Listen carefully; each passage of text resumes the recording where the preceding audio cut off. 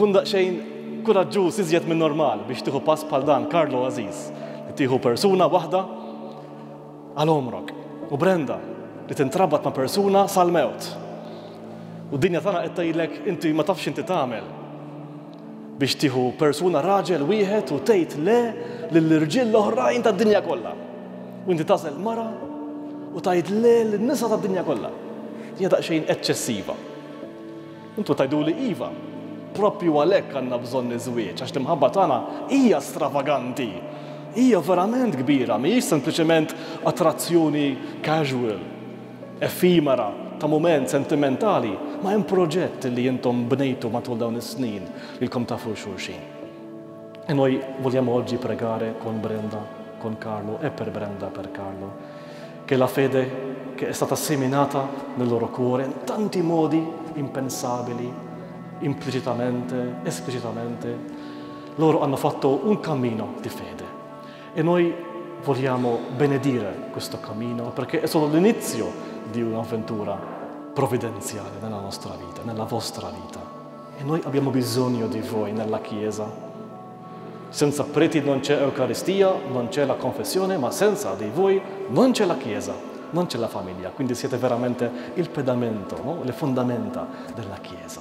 Quindi noi abbiamo bisogno della vostra testimonianza, del vostro coraggio, della vostra umanità, soprattutto del vostro amore.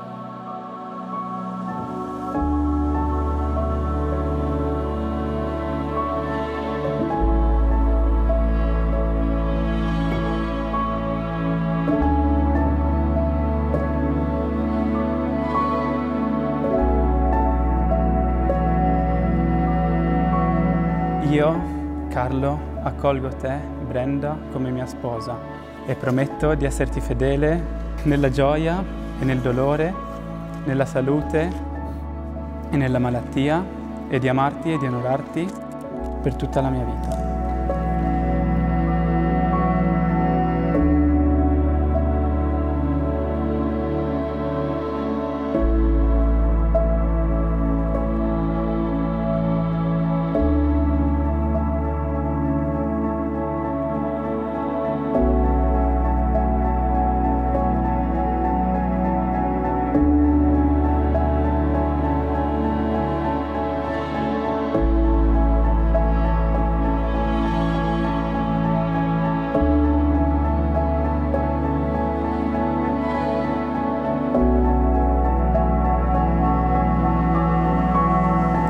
Brenda, nħulilek Carlo b'żewġi u nwedek li nżomm ruħi fidila lejk fir-risq tajjeb u l-ħażin, fil-mart u fis-saħħa u nħobbu kun nirrispettak tul ħajti kollha.